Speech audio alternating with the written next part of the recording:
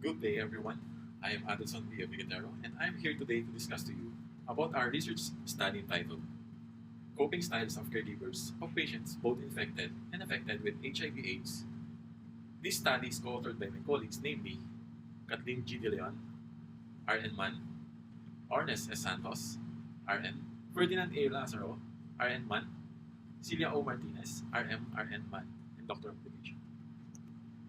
For the abstract of the study, this descriptive correlational study explored the coping styles of caregivers of patients both infected and affected with HIV/AIDS using the Jalowick coping style. Results showed that generally the respondents were male, below 30 years old, siblings of the patient, and college graduate. They have a very high level of effectiveness of the use of coping styles, confrontive and supportive. A level of effectiveness of the use of coping styles, evasive, optimistic, palliative, and self-reliant, and a low level of effectiveness of the use of the coping styles, fatalistic and emotive. No significant difference between the level of effectiveness of the use of each coping styles when grouped according to gender, except for evasive and emotive coping styles. No significant difference between the level of effectiveness of the use of each coping styles when grouped according to age, except for evasive coping style. No significant difference between the level of effectiveness of the use of each coping styles when grouped according to the relationship of patient except for fatalistic coping styles. And lastly, there is no significant difference between the level of effectiveness of the use of each coping styles when grouped according to the highest educational attainment. Keyword of the study are coping strategies, HIV and AIDS, coping styles, caregiver of HIV patients. For the introduction, coping occurs in response to life changes that are viewed as stressful, necessitating adjustment to usual demands or stressor. This process often requires more effort and energy than what is typically needed for everyday life. To effectively cope, individuals need a variety of strategies to manage problems or situations they encounter, whether perceived as threats or obstacles, by Folkman et al. 1986. As noted by Miriam in the year 2017, the way a person copes can significantly influence their ability to navigate stressful situations. It involves regulating one's well-being, which in turn impacts the coping strategies employed to address various challenges. This is particularly relevant for caregivers looking after patients affected or infected by HIV/AIDS. They often unexpectedly take a new role, which necessitates adjustment in their lives, affecting their schedules, work, social commitments, activities, and lifestyles, according to Lee et al., year 2018, Hansen et al., year 2017, and Aryan et al., year 2017. Caregiver utilize coping strategies to manage the physical, social, emotional, and financial demands related to caregiving, which play a crucial role in fulfilling their responsibilities. Unlike healthcare professionals, family and significant others, caregivers are often on call 24/7 and may have to juggle multiple and sometimes conflicting roles, according to Duforte, Berhoff et al., year 2014. A study by Moshek et al., year 2013 found that caregivers of HIV patients often manage symptoms through self-care based on their personal experiences, seeking information from health services, asking for help, and engaging in confronting activities to distract themselves from symptoms. In the Philippines, it is common for family members and friends to support each other during times of illness. Reflecting Filipino values and attitudes towards caregiving by Murillo et al. 2013, which are deeply rooted in Catholic social teachings by Ochoa et al. 2016. The researchers have observed caregivers employing various coping strategies while caring for family members affected or infected with HIV/AIDS. This observation serves as the foundation of this study, which aims to explore the effectiveness of coping styles utilized by caregivers of HIV/AIDS patients. Moving on, for the methodology of the study, it utilized a descriptive correlational design to explore the coping styles of caregivers of patients, both infected and affected with HIV and AIDS using the Jalowick coping scale. They were selected using a purposive sampling method based on the criteria set by the researcher as follows: that they are currently the caregiver of patients both affected or infected with HIV and AIDS, more than 20 years of age, willing and able to participate in the conduct of the study. Data was gathered using the revised version of the Jalowick coping scale. For the result, profile of the caregiver. Most of the caregiver respondents belong to 20 to 29 years group, male, college graduate, and sibling of the patient. For the level of effectiveness of coping styles, for the table 1, according to the Lowick coping scale, two coping styles that involve taking action to address the problem, confrontive and supportant coping, were found to be very highly effective with mean score of 2.26. These problem-focused coping styles, which involve personal confrontation and seeking social support, allow caregivers to adapt more easily to stressful situations and make a positive impact on their own well-being as well as that of the patient. Coping styles evasive, optimistic, palliative, and self-reliant coping styles were found to have a high level of effectiveness with 1.64, 2.23, and 1.75 and 1.9 mean scores respectively. These high-level findings mean that they are effective but not to the greatest level and can be less effective sometimes. Here, the caregiver respondents try and use other coping styles to adapt to unchangeable stressful situations. From problem focus, they can switch to emotional focus coping strategies, which this time is effective in managing unchangeable stressors, unlike problem focused coping, which targets the source of stress. Emotion focused coping strategies focus on managing the emotional response to the stressor. This approach was found to be less effective, as evidenced by the low mean score of 1.14 and 1.27 for the fatalistic and emotive coping styles, respectively. For confrontive coping style, as shown in the table 2, the data reveals a very high level of effectiveness of confrontive coping style, with a mean score of 2.26. This suggests that the caregiver respondents found this approach to be particularly beneficial in managing their responsibilities. One reason for this effectiveness is that confrontive coping enables individuals to take swift action, which is essential when dealing with numerous challenges associated with caring for someone living with HIV/AIDS. These challenges include the unprepared nature of caregivers' role, which often requires significant adjustment to family work and social commitments, leading to financial struggles, stress, and stigma. For Table 3, evasive coping style, the caregiver respondents using evasive coping style with a high level of effectiveness, having a general weighted mean score of 1.63, this suggests that they successfully employ strategies such as distraction, denial, and venting to avoid stressful situations. However, despite their perceived effectiveness for this coping style, it also has negative consequences, supported by the items with low level of effectiveness such as item 18, 20, 21, and 56. Using evasive can increase vulnerability to stress-related issues and result in psychological complaints. This is consistent with previous research by Dorestian et al. Year 2019, which found that self-blame is linked to symptoms of anxiety, depression, and interpersonal sensitivity problems. For Table 4, fatalistic coping style illustrates the findings of high level of effectiveness of fatalistic coping style with mean score of 1.52. This means that the caregiver respondents presume this fatalistic coping style can be a positive approach, especially when they focus in taking action to address the challenges posed by HIV/AIDS to their patient. It makes them become more engaging in proactive and optimistic mindset, as this approach involves taking responsibility for one's own actions and seeking knowledge about the disease, which is associated with increased optimism and better psychological well-being.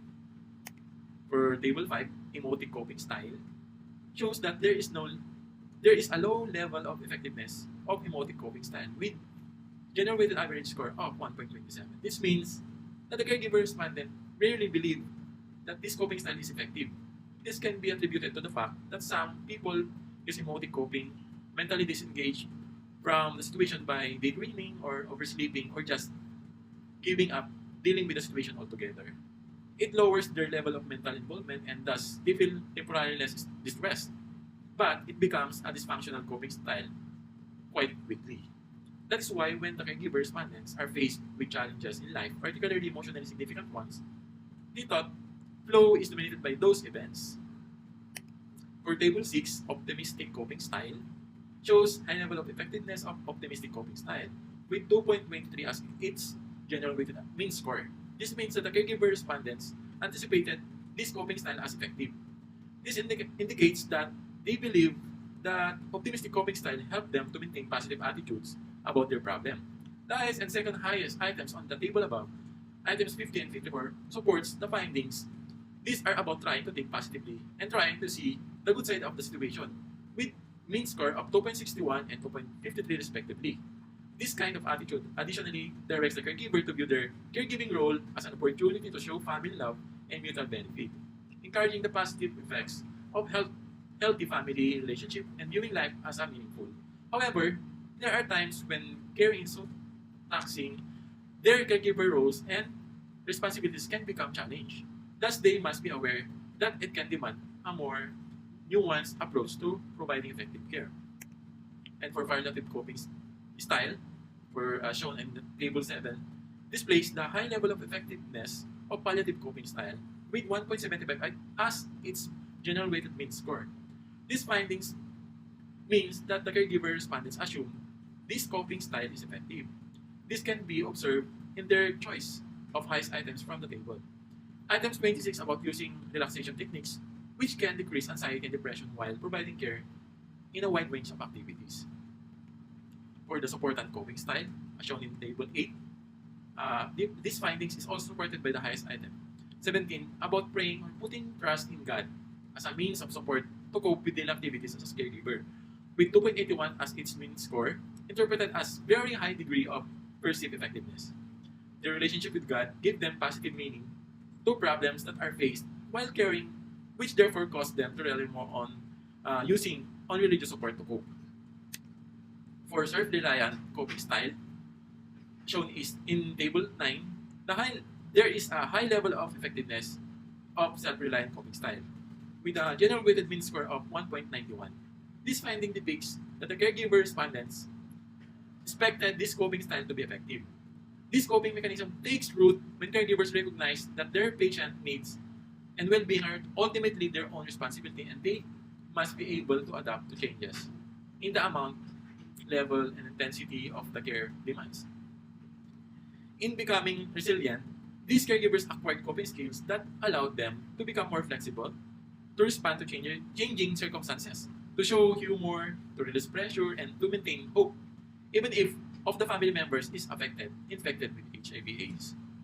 This finding is also supported by the highest item, number 17, about praying or putting trust in God as a means of support to cope with daily activities as a caregiver, with 2.81 as its mean score, interpreted as very high degree of perceived effectiveness. Their relationship with God gave them positive meaning to problems that are faced while caring, which therefore caused them to rely more using on religious support to cope. And for the next slide, for the significant difference between the level of effectiveness of each coping strategy when grouped according to profile. For the age, table 10 illustrates the significant difference between the level of effectiveness of each coping strategy when grouped according to profile age. Data shows that there is no significant difference between the level of effectiveness of each coping strategy when grouped according to age, except for the evasive coping strategy, which has a p-value of 0.008, which is lesser than the 0.05 level of significance. This significant difference is further elaborated in tables 11. And for the table 11, the significant difference between the level of effectiveness of each coping strategy when grouped according to profile.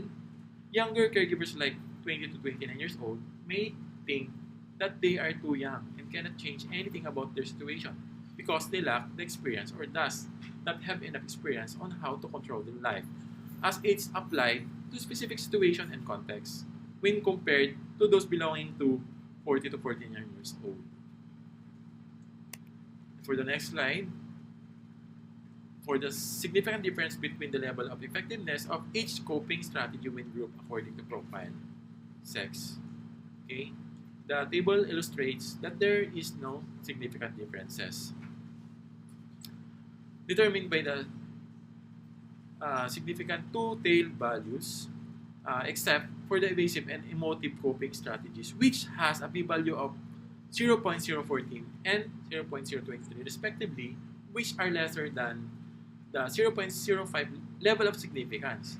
Significant difference can be attributed to the use of emotion-related coping of women who usually use it more than men. According to the to Sinha and Lata, in the year 2018, women are more likely to use the emotion-focused coping strategies of acceptance self-destruction, and emotional support than men. And for the next slide, the highest educational attainment, Table 13 displays that there are no significant difference between the level of effectiveness of each coping strategy when grouped according to the highest educational attainment as determined by the p-values 0.211, 0.195, 0.249, 0.321, 0.115, 0.898, 0.129, and 0.18, which are all greater than 0.05 level of significance. This can be related to the result in the previous table that most of the significant other caregivers were college graduates. And for the relationship to the patient, Table 14 shows that there are no significant difference between the degrees of perceived effectiveness of each coping strategy when grouped according to the relationship to patient as determined by the p-value of 0.613, 0.053, 0.051, 0.512, 0.271, 0.296, and 0.272 except for fatalistic coping strategy which has a p-value of 0.002 which is lesser than 0.05 level of significance.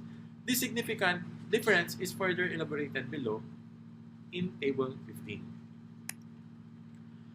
In Table 15, it shows that the significant difference between the level of effectiveness of each coping strategy when grouped according to the profile. It shows that the significant difference found above fatalistic coping strategies between others and sibling and that of others and son or daughter indicates that the person related to an ill family member will be different kind of caregiver than others. This is because the strong family ties that we Filipino have, that families usually have share or this same general orientation in life apply to specific situation and context. And for the conclusion, the following conclusions were drawn generally. The respondents belong to 20 to 29 years old group, mostly male, college graduate, and siblings, using the Jalowick coping scale. Confrontive and supportant coping styles were found to have a very high level of effectiveness, evasive and optimistic. Palliative and self-reliant coping styles were found to have a high level of effectiveness. Fatalistic and emotive coping styles were found to have a low level of effectiveness. There is no significant differences between the level of effectiveness of coping strategy when grouped according to age, except for evasive coping strategy. No significant difference between the level of effectiveness of each coping strategy when grouped according to gender, except for evasive and emotive coping strategy. No significant difference between the level of effectiveness of each coping strategy when grouped according to highest educational attainment. No significant difference between the level of effectiveness of each coping strategy when grouped according to relationship to patient except for fatalistic coping strategy. And for the recommendation, based on the findings of the study, the following recommendations were proposed. Number 1, for caregivers. Caregivers of patients affected and infected with HIV/AIDS should enhance their awareness of their circumstances, particularly in how they utilize various coping strategies and assess their effectiveness in alleviating stress related to their situation. For patients should encourage their caregivers to engage in the program for caregivers. This will ensure that the caregivers will be well trained and equipped with various coping strategies to manage stress, ultimately leading to more positive outcomes in patient care. For hospital administrators, hospitals leaders should work to elevate care standards that align with positive coping mechanisms and stress reduction strategies.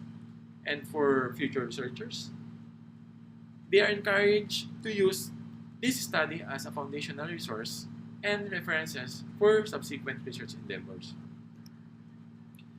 And in behalf of my team, I would like to extend my gratitude and thank you for listening.